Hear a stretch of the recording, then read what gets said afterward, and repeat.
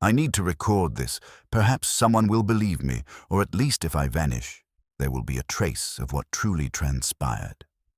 My name is Elias Thorne, a man in his late 30s whose life, until recently, was as predictable as the ticking clock.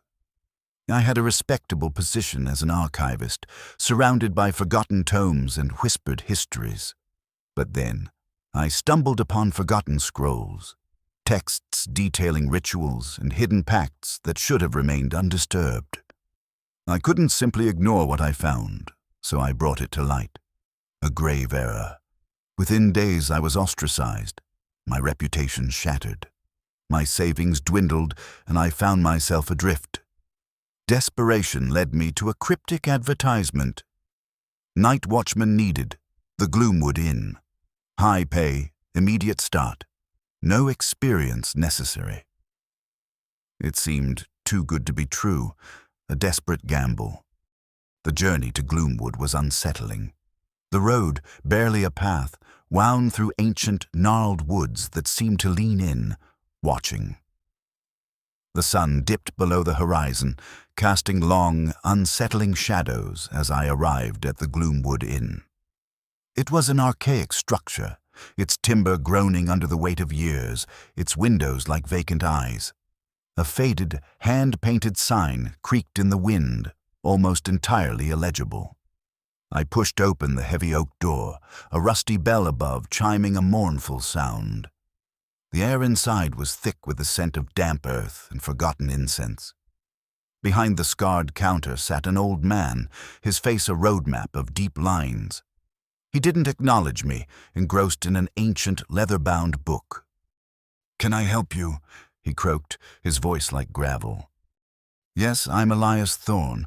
I called about the night watchman position." He slowly folded his book, his eyes, dark as ancient peat, fixed on me. "You sure you want it?" I blinked, caught off guard. "Yes, that's why I'm here." He nodded. "All right then. You start tonight, midnight to dawn. Good coin, cash. Any questions?" A million questions swirled in my mind, but I could only stammer, "Don't you want to interview me?" He shrugged. "You showed up. That's all the interview I need. This post ain't for everyone." The lure of the coin was too strong. "Okay, great. What do I need to do?" "Keep an eye on things and follow the rules." He pulled a folded, yellowed parchment from his coat and held it out. "Memorize these. Do not write them down. Do not speak of them. Break a rule, and you're done. Understand?"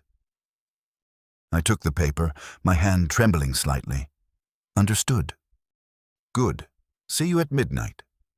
I left in a daze, clutching the parchment. Once in my carriage, I unfurled it and read, "Rules for night watchmen at the Gloomwood Inn. 1. At 12:15 a.m., extinguish the exterior lamps. Relight them at 6:45 a.m., not a minute sooner or later. 2. If you hear scratching from within the old well in the courtyard, ignore it. Do not approach the well between 2 a.m. and 4 a.m. 3rd. Room 237 is always sealed. If anyone inquires about it, tell them it is condemned. If you see candlelight in room 237, do not investigate. 4. The bell in the main hall will toll at 3:33 a.m. every night. Answer it, but do not speak. Listen for exactly 66 seconds, then silence it. 5. If a guest arrives and gives the name Silas Blackwood, provide them the key to room 113, regardless of other guests. Do not look upon their face. 6. The dusty curios in the parlor will sometimes shift. If this occurs, return the item to its original place immediately. Do not touch it with bare hands.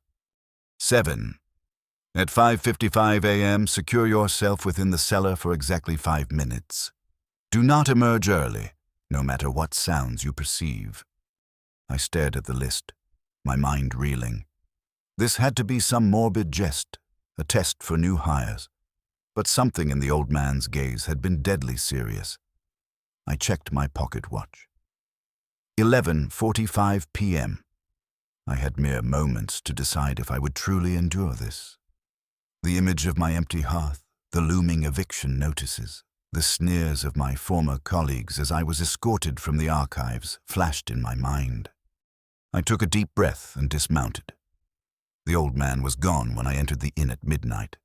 In his place stood a younger man, perhaps in his late 20s, with haunted eyes. "You the new one?" he rasped, already gathering his cloak. I nodded. "Yes, I'm Elias." He grunted, not bothering with a name. "Good luck," he muttered as he brushed past me. "Wait," I called after him. "Any advice?"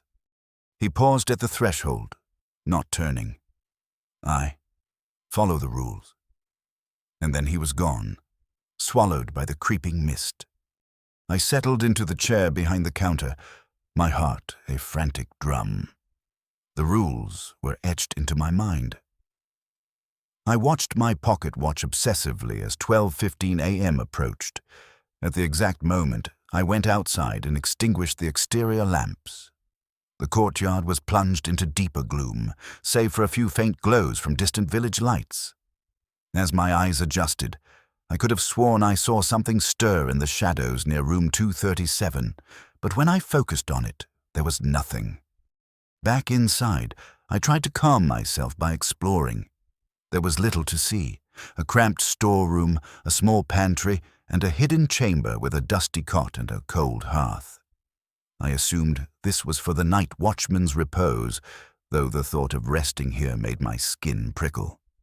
At 1:30 a.m., a lone carriage rumbled into the courtyard. My first patrons. It was a young couple, mid-20s, whispering and clinging to each other, likely seeking refuge from prying eyes. "Welcome to the Gloomwood Inn," I managed, forcing a strained smile. "How may I assist you?" The man leaned on the counter, a nervous grin on his face. "Aye, we need a room for the night. Something with a view, you know." He winked exaggeratedly. I forced a chuckle. "Of course, I have a chamber on the upper floor that should suffice." I grabbed a key from the board behind me. "Room 215. It will be 65 shillings for the night." As I processed their payment, the woman frowned, looking around. "This place is a bit unsettling, love. Perhaps we should find another inn." My breath caught in my throat. "Please don't leave," I thought desperately. "I need this coin." The man laughed. "Ah, come on, it's got character. Besides, I'm sure it looks better in the daylight, right, fellow?" He looked at me expectantly. "Oh, absolutely," I lied smoothly. "The view of the ancient forest in the morning is quite breathtaking. You'll enjoy it." That seemed to satisfy them, and they headed off to their room. I let out a sigh of relief. One normal interaction. Perhaps this wouldn't be so terrible. I spoke too soon. At 2:17 a.m. I heard it. A soft, rhythmic thumping coming from the courtyard. I froze, my blood turning to ice. The old well. It was gentle at first, like someone tapping politely. Then it grew louder, more insistent. I gripped the arms of my chair, my knuckles white. Every instinct screamed at me to flee, to get as far from that sound as possible. But the rules echoed in my head. Do not approach the well between 2 a.m. and 4 a.m. The thumping continued, growing more frantic. It sounded less like knocking now and more like something was struggling, trying to claw its way out. I could hear a muffled sound too, distorted to make out words, but unmistakably filled with desperation. I clamped my hands over my ears, squeezing my eyes shut. "It's not real," I muttered to myself. "It's not real. It's not real." After what felt like an eternity, but was probably only minutes, the noise ceased. The sudden silence was almost as unnerving as the thumping had been. I slowly lowered my hands, my ears ringing in the quiet. My shirt was soaked with sweat. I checked my watch. 2:43 a.m. The well would remain active for another hour and 17 minutes. I needed a distraction. I turned to the ancient ledger on the desk, hoping to lose myself in the faded script. But as I opened it, I realized the page wasn't just old. It was stained. A dark, oily smear spread from the center. That's when I noticed a faint, metallic scent clinging to the pages. I recoiled, my stomach churning. The bell in the main hall tolled, making me jump. I glanced at my watch. 3:33 a.m. exactly. With a trembling hand, I reached for the bell rope. Remember the rule, I thought. Listen for 66 seconds. Do not speak. I pulled the rope. At first, there was only the metallic clang of the bell fading. Then, slowly, I began to discern sounds beneath the ringing. Whispers, too faint to understand, like a distant, mournful wind. The bell's echoes faded, replaced by what sounded like heavy footsteps on creaky floorboards, a hidden door groaning open, then a voice, chillingly clear, as if the speaker stood directly beside me. "We've been expecting you, Elias Thorne." I bit my tongue to keep from crying out. "How did they know my name?" The voice continued, low and menacing. "Did you truly think you could escape? That you could simply forget? Oh, Elias, you have so much to recall." The sound of the bell faded completely. I slammed my fist on the counter, my heart racing. What in the blazes was happening? How could they possibly know who I was? I rushed to the basin and splashed cold water on my face, trying to calm myself. When I looked up at the tarnished mirror, I froze. Etched in the condensation, mist that shouldn't have been there in this chill room, were two words: "Remember, Elias." I stumbled back to the desk, my mind reeling. This had to be some elaborate deception, a way to break in the new hire. But deep down, I knew that wasn't true. There was something profoundly, terribly wrong with this place. The whispering echoes. The remainder of the night passed in a blur of terror and confusion. At 4:30 a.m. a man arrived, giving the name Silas Blackwood. I felt my blood run cold as I remembered the rule. With shaking hands, I gave him the key to room 113, careful to keep my eyes averted. As he walked away, I caught a glimpse of his reflection in the ancient window pane. Where his face should have been was merely a swirling, indistinct void. At 5:30 a.m., I heard a faint thud from the parlor. Curious, despite my fear, I went to investigate. There, on a small, dusty table, lay a small, ornate box. It looked ancient, covered in strange, unreadable symbols. I remembered the rule about not touching strange items with bare hands. Using a discarded feather quill, I carefully nudged the box into a canvas bag. As soon as it was secured, the bag began to shimmer, the canvas fading to translucence. I dropped it with a gasp and stumbled back to the counter. Finally, mercifully, 5:55 a.m. arrived. I practically sprinted to the cellar, locking myself inside just as my watch ticked over. For 4 minutes and 30 seconds, nothing happened. I started to relax, thinking perhaps this rule was just a precaution.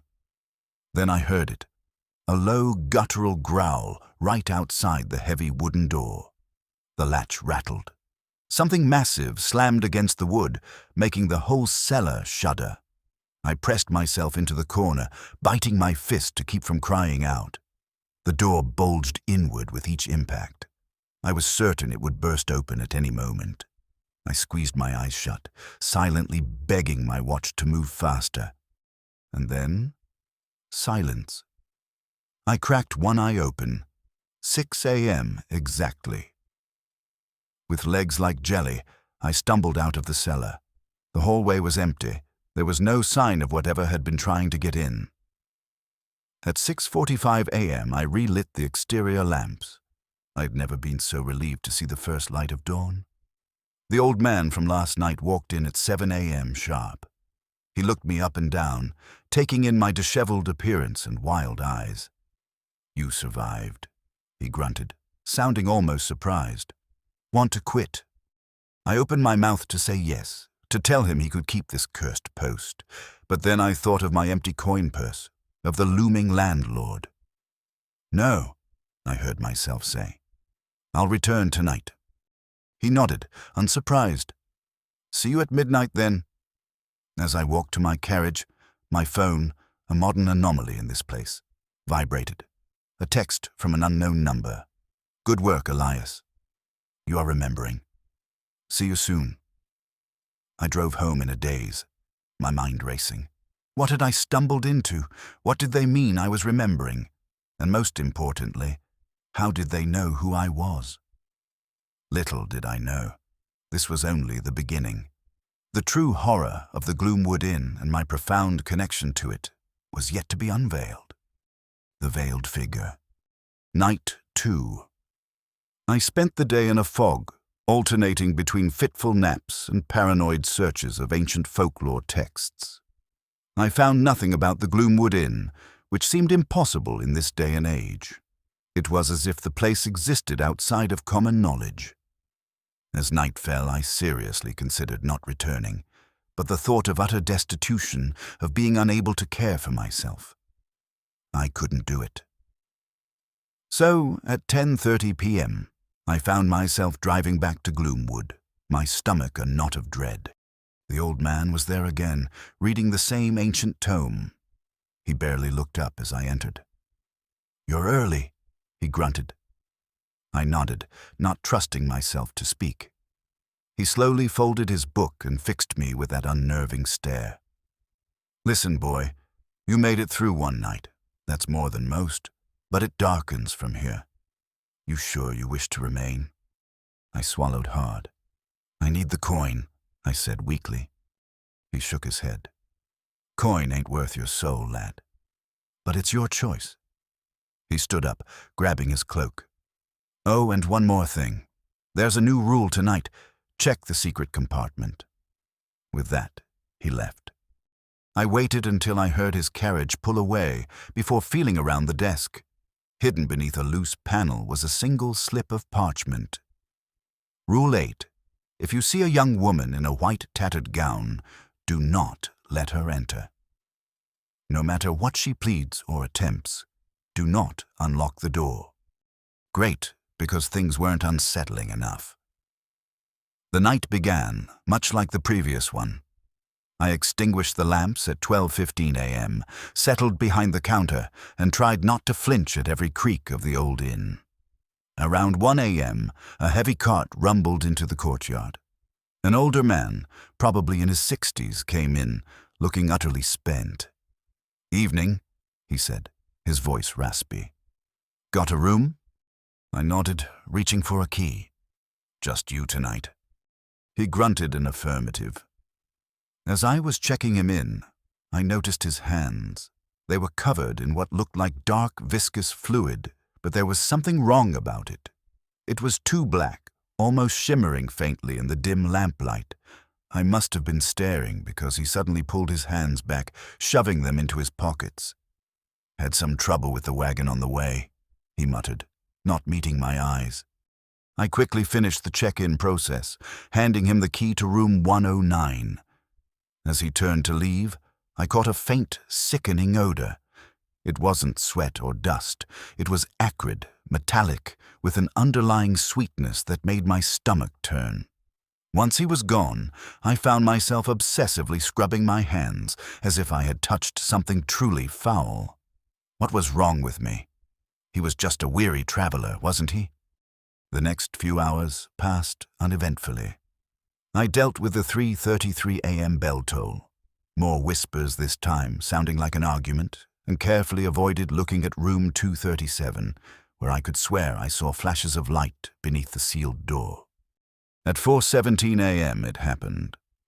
I was idly flipping through an ancient illustrated manuscript when I heard it, a soft tapping on the heavy oak office door. I froze, the manuscript slipping from my suddenly numb fingers. The tapping came again, more insistent this time. Slowly, I turned towards the door. There, peering through the small, grimy glass pane, was a young woman in a white, tattered gown. My breath caught in my throat. She looked so real, so normal. Her dark hair was disheveled, and she clutched a worn, headless doll to her chest, but her eyes, they were wrong somehow. Too old, too knowing for such a youthful face. "Please," she called, her voice muffled through the glass. "Please let me in. I'm lost. I'm afraid." I gripped the arms of my chair, my knuckles white. The rule echoed in my head. Do not let her in, no matter what she pleads or attempts. "I'm sorry," I called back, my voice shaking. "I cannot open the door. It is against the rules." Her face crumpled, tears welling up in those unsettling eyes. "But I am cold, and there is something out here. Something terrible. Please, mister, please help me." Every instinct screamed at me to aid her.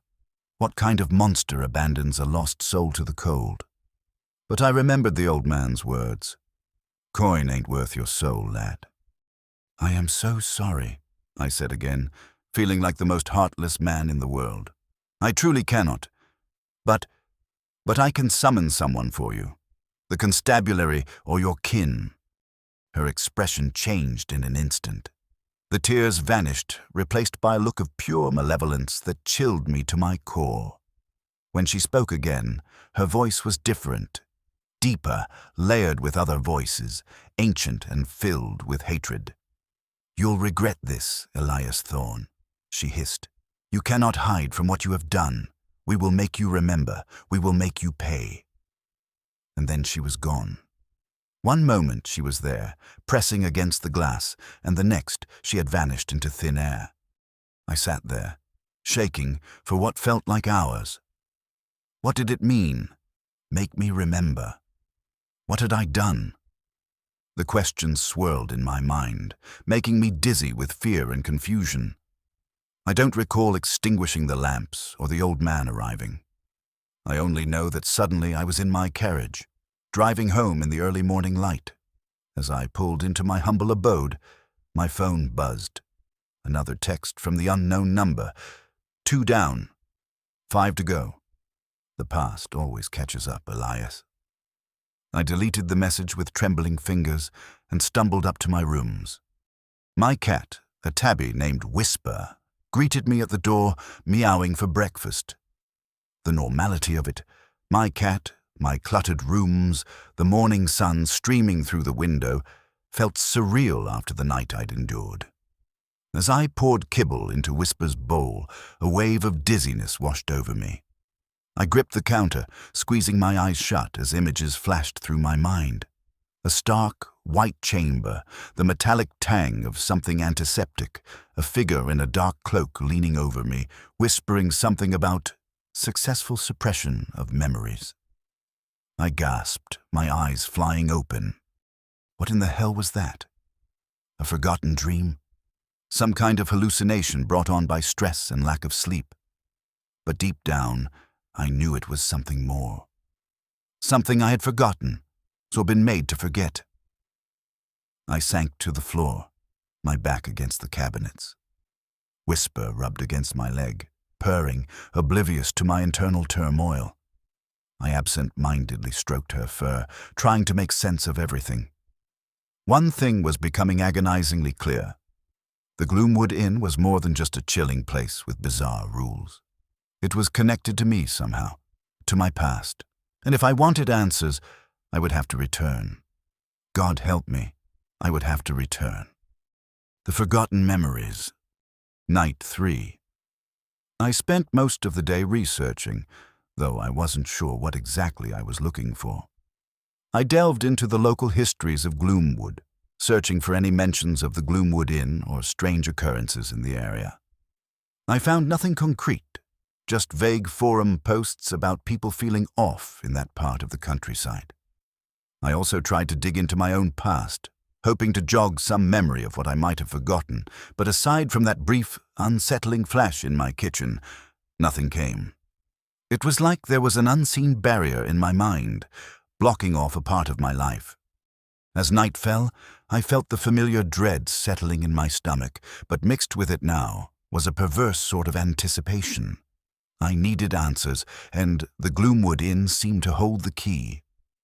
I arrived early again, half hoping to catch the old man and demand some explanation, but the office was empty when I got there. The only sign that anyone had been there was a new note in the hidden compartment. Rule 9.